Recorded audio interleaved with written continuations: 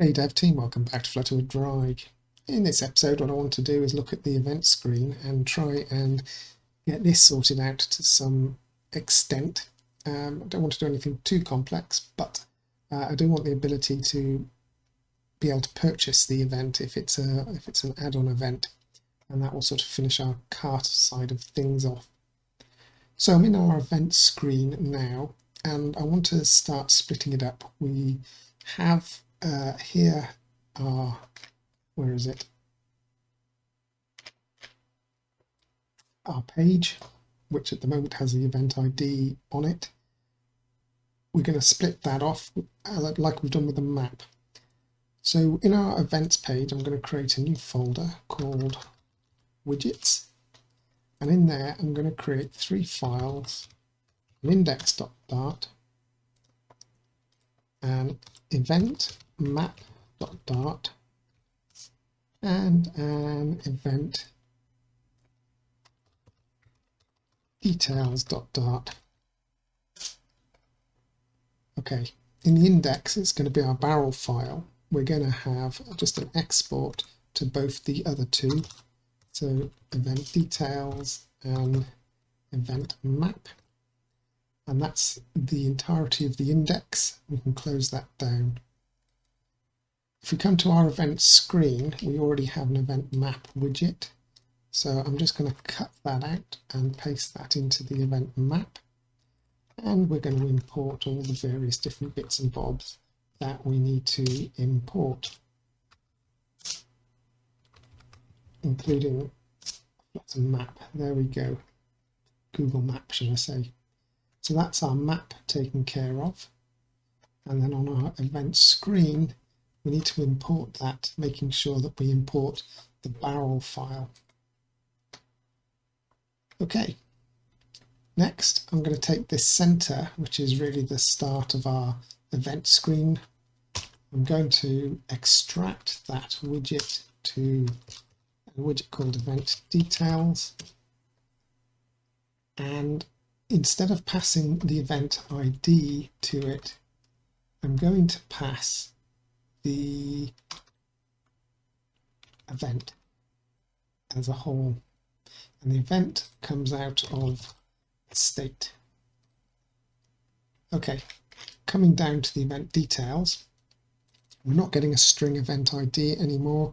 We're getting a conf event. That is going to be required, and instead of printing the event ID here, we need to print event ID like so.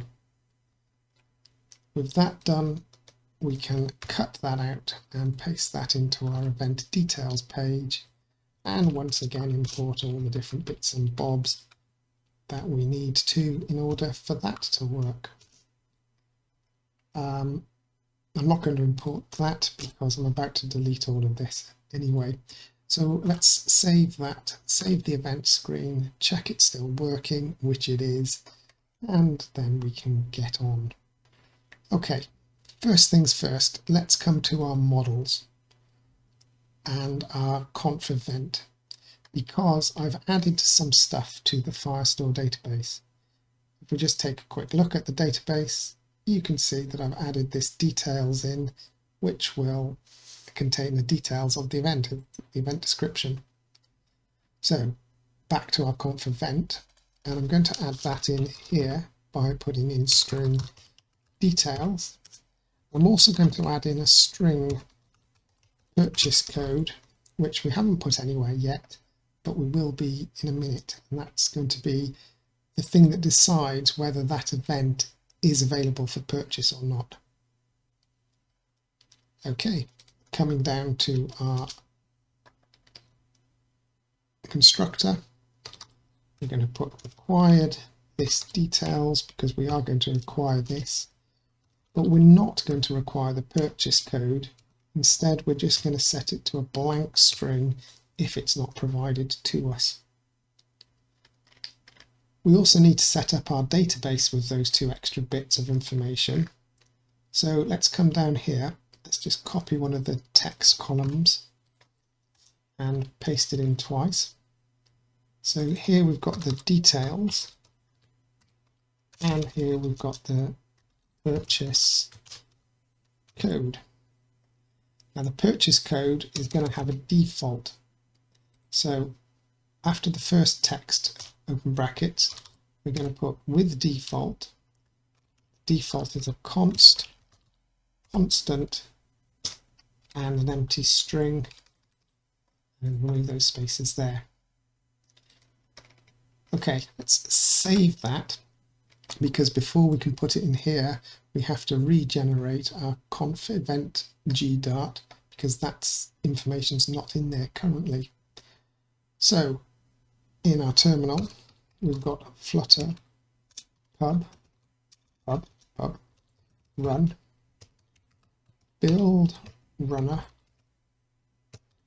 build, and we'll give that a few moments to rebuild our generated files for us. Okay, and that's just rebuilt. You saw that flashed in.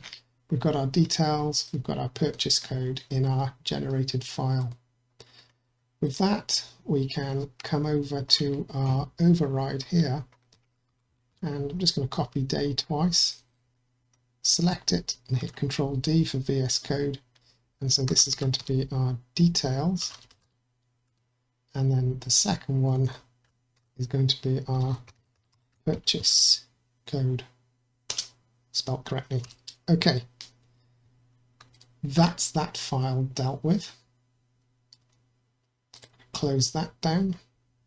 Now we're going to come to our database, and we're going to make sure that we either update our schema and put in code to deal with that update, or the way I'm going to do it is the usual cheaty way, and we're only doing this because this app has never been released, so no one else is upgrading other than us.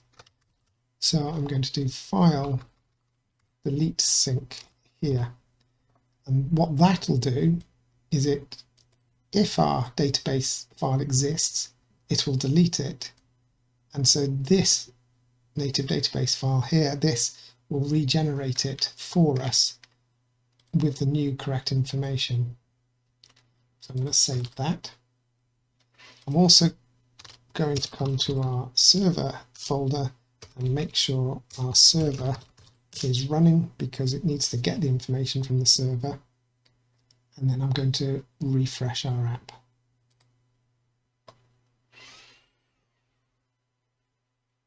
Okay, and so that's rebuilt, and it should have that new information in the database for us. I'm now going to take that delete sync out, and that will ensure that the database isn't deleted and rebuilt every time the app starts. With that done, let's come to our event details page and see what we need to do here in order to get this working. So I'm going to delete all of this for now. Don't need any of that, and we're going to return a nested scroll view, much like we did when we dealt with our profile page. So the header builder is a function, and that is going to return a list of widgets, and the first widget we're going to have is a Sliver App Bar, and the Sliver App Bar is going to have a title, and the title is going to be the text event title. Okay, and just to make sure there's no error here, I'm just going to return a container for the body. With that done, let's come to our app, and there we have our app bar. Now, it doesn't quite look how we want it, but let's work on that a bit further. So next, we're going to have this area called flexible space. And in flexible space, we're going to have a flexible space bar, and that is going to have a background, and the background is going to be the image, which we're going to get from our cached network image, and the image URL is going to be the event image. Okay, We want that to be a little bit bigger. So in our Sliver App Bar, we're going to say the expanded height is going to be, let's make it 250. And that makes that a lot larger. And the cache network image, you might be able to see at the very bottom, there's a little bit of blue showing through. That's because our image isn't taking up full space. To ensure that, we're going to put fit box fit dot cover, and that will just expand that image to make sure it fits perfectly within that size. Going to take the title that we've got, and I'm actually going to move it down into the flexible space, and that will move the title down there, and it will shrink nicely and animate nicely with the space that we've got.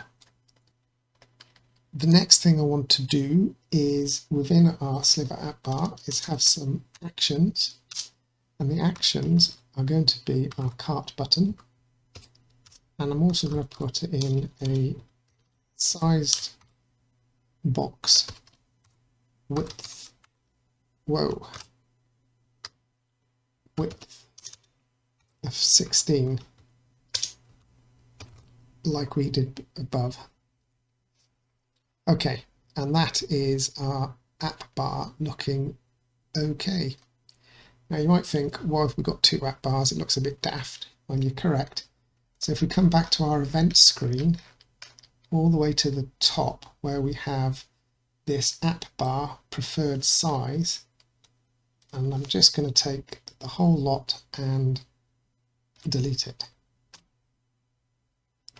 And when I save that, it's now gone, and we have our app bar, which disappears off the top of the screen. We don't want that. So let's come back to our Sliver App Bar and set pinned to true. And with that, it stops going off the top. Okay, happy with that. Let's move on now to the container. And the container is going to, I'm going to start off with some padding. And we're going to have const edge inset all 16, maybe. Child is going to be a column. Okay, so what do we want in this body? Well, we're going to have a number of things, and I'm not worried too much about the design at the moment. I just want to get the information in. First thing is we want text, and we want the event speakers, like so. Okay. After that, we want a box which shows us the location and the time of the event. So I'm going to put that actually in a row,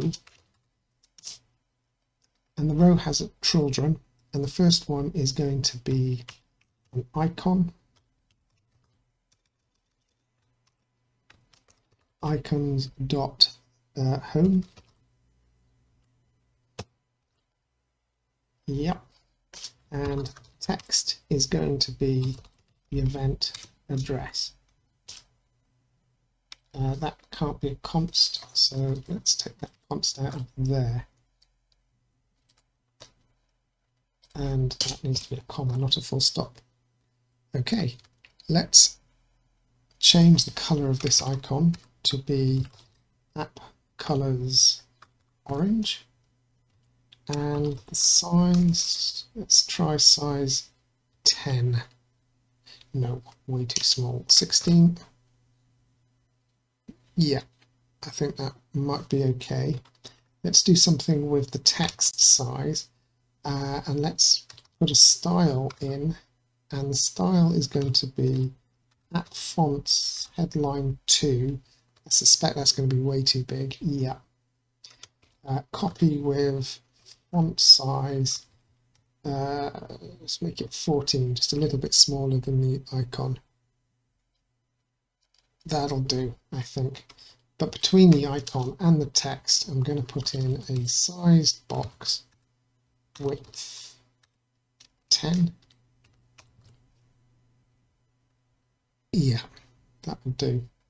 In fact, I'm going to copy that size box and put it below the text of speakers and put a height of 15, I think, in there, just to put some space between those two elements. Maybe 10. Okay. So I'm going to take that entire row, we're going to copy that, paste that again, and instead of the event address, this is going to be a string which has the event start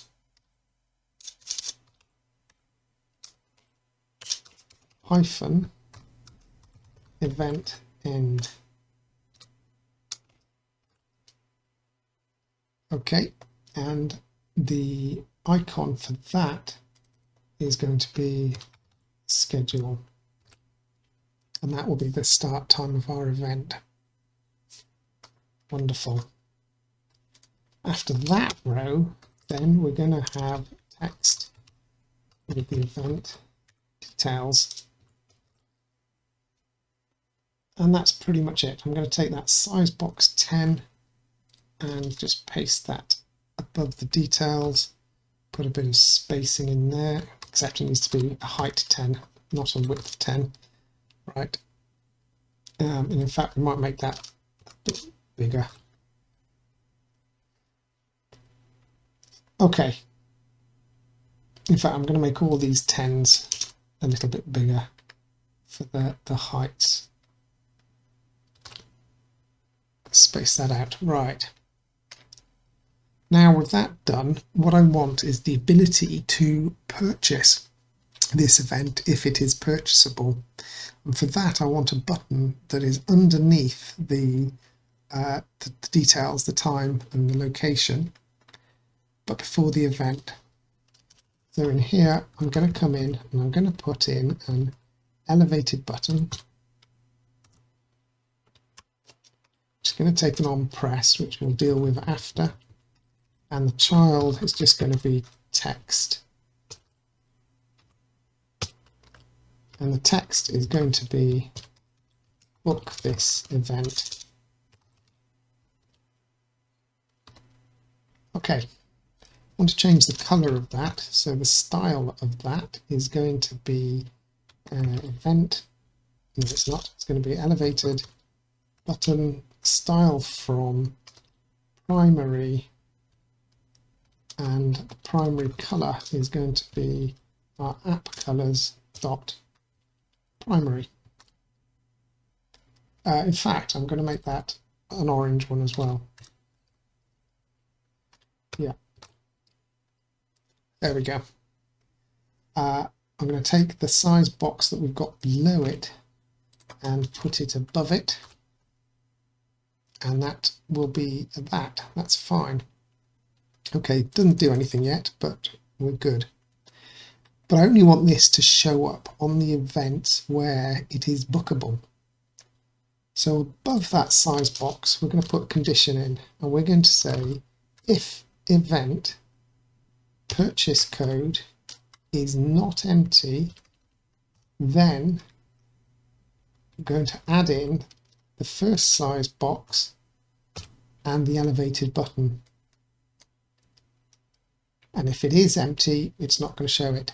So if we save that now, the event button disappears, the book button disappears because it's not a purchasable event. Okay, but I want to make this one purchasable. So let's come to our Firestore database and add in a field. And the field we're going to add in is purchase code. And that needs to be the code that matches one of our purchase codes. We also need to make sure we update the date that it was updated to anything that's after the date, or the oldest date within it, or the newest date within our database.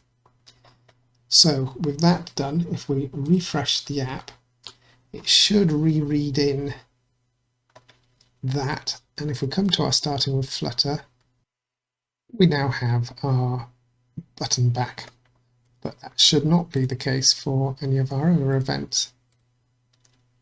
Okay, so now we want to actually be able to add that to the cart. Well, in order to do that, I need to clear up a bit of a mess I made last time. Let's come to our constants file, where we have created app products class with the various items in it. That's a little bit tricky in order to get things out. What we really need is something that's searchable. So I'm going to change this into a map of string cart item, which I'm still going to call app products, and it's going to equal this. So instead of static const, we put our code in speech marks and put a colon there, and we do that for each of them. So this becomes the key and this becomes the second part. Map is a capital M. Okay, so there's our first one. Second one is going to be a cap one, and that's going to be that. And the third one is going to be our event one, cart item, like so. And when I save that, it should put the constants in for us. Now that's going to cause some problems elsewhere in the app, but we'll come back to that in a second. Next, I want to create a function that returns a cart item called getAppProduct, which takes in a key. Okay, and this is going to say if app products contains key, i.e. the key that's been passed in, then we're going to return the app products at that key. And we know that exists, so we can put our operator there. Next, we'll do an else. And if it doesn't exist, we're going to return a cart item. And the cart item we're going to return, if it doesn't exist, is going to have a code error. It's going to have a name of error. It's going to have a huge price, and cart item type doesn't really matter. And so if this ends up in our cart, it's going to be pretty obvious, and hopefully no one is going to be stupid enough to buy it. But that's a sort of silly, not silly, that's a little bit of a fallback just in case something goes wrong.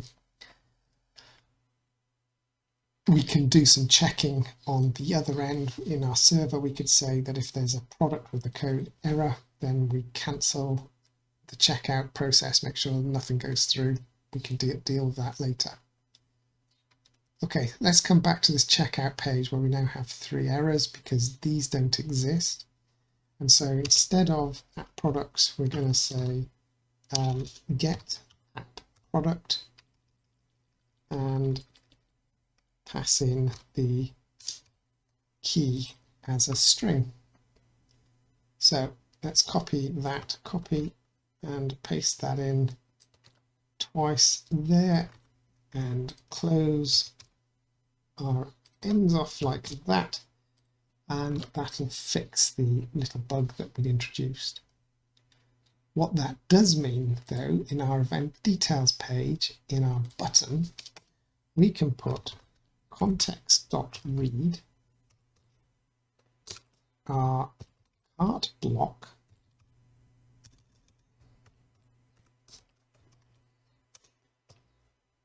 let's import Flutter block package, and then we can add an event, and the event we want to add is add item to cart, and the item we want to add is get app products at the event purchase code. So with that saved, if I click on this book event, we should see that we now have it in our cart. It's called event 1. Well, it's not called event 1, it's called starting with Flutter. So let's come to our consts and change this to starting with Flutter.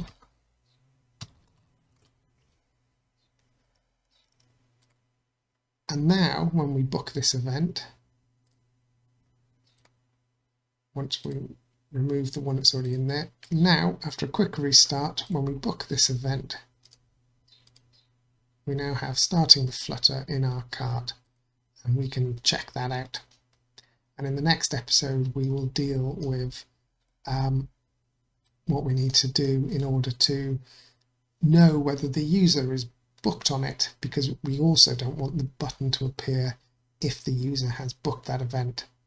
And so we're going to need to do a bit of processing on the server side in order to deal with things that have been purchased. But I'm going to leave that one until the next episode. For now, folks, if you've enjoyed, don't forget to leave a like and subscribe. It does help me out. And we will see you next time. Until then, take care, folks. Bye now.